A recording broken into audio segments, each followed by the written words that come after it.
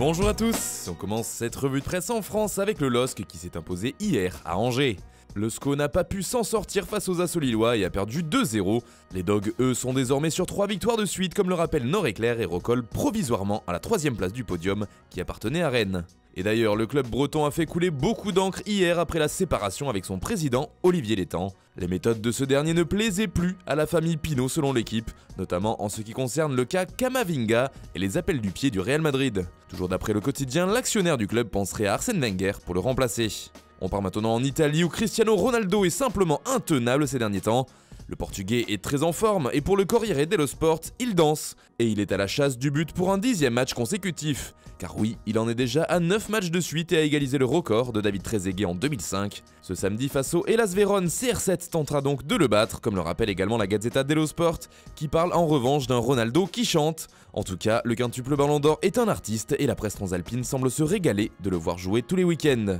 En Angleterre, la blessure de Raheem Sterling fait couler beaucoup d'encre. Le joueur de Manchester City est touché aux ischio-jambiers et sera absent ce dimanche. Interrogé en conférence de presse sur le sujet, Pep Guardiola a admis qu'il n'avait aucune idée de la date à laquelle allait revenir Sterling. Des mots qui ont fait réagir outre-Manche, le Daily Mirror parle ainsi de crise Sterling. Même son de cloche en une des pages sport du Times. Pour le journal, l'attaquant des Sky Blues s'ajoute aux problèmes de Pep Guardiola, déjà très nombreux.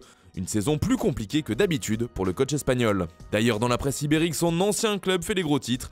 Il faut dire que le Barça aussi est décimé par les blessures.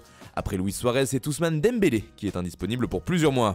Et selon Sport, le club Blaugrana espère obtenir un accord de la fédération espagnole pour pouvoir enregistrer un renfort en attaque en tant que joker médical. A noter que le joueur doit forcément jouer en Liga ou être libre de tout contrat. 3 noms sont évoqués en une du quotidien catalan. D'abord celui de Loren Moron, dont l'avantage est que son club le Betis est ouvert aux discussions.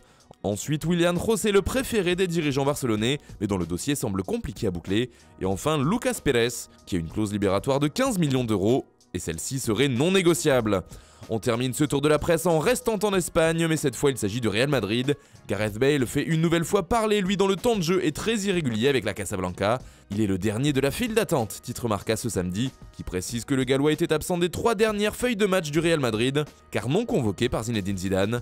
Bale fait aussi la une du journal AS qui a interrogé son agent Jonathan Barnett. Ce dernier a notamment expliqué que c'était un mensonge de dire que Zidane n'aimait pas Bale. Il a également affirmé que le président madrilène Florentino Pérez adorait l'ancien joueur de Tottenham. Voilà, c'est tout pour ce matin. Bonne journée à tous, on se retrouve très vite pour une nouvelle vidéo sur Foot Mercato.